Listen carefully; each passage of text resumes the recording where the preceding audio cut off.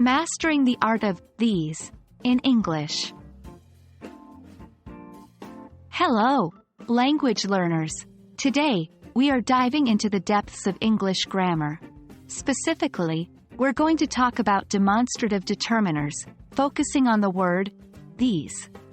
You've probably seen or heard this word a lot, but do you know when and how to use it correctly? Well, if not, don't worry. That's exactly what we're here for. Let's start exploring the usage of these, particularly when it comes to referring to multiple things in the present or recent past. First things first, let's clear up what these means. These is a demonstrative determiner that we use to refer to specific things close to us in space or time. The key thing to remember here is that these is always used for multiple items or people. So, when you talk about more than one thing that is nearby or was recently mentioned, you'll often use these.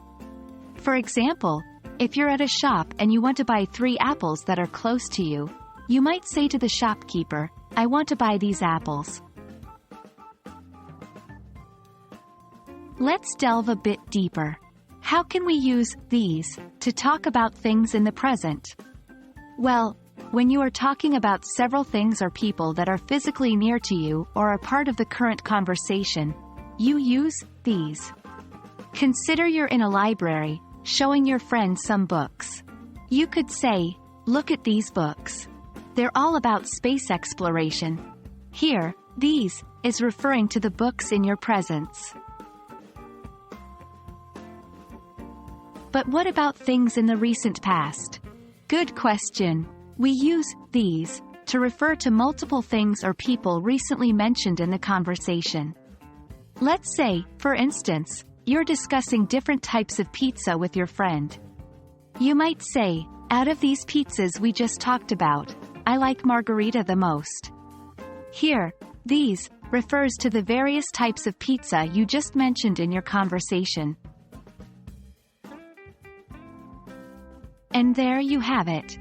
Remember, the word these is your trusty tool for pointing out specific things in your vicinity or things you've just mentioned.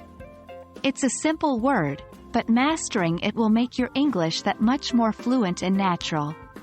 We hope this video has clarified the usage of these. As always, the key is practice, practice, practice. So, go ahead, use these in your daily English conversations and watch your fluency bloom. See you in our next lesson.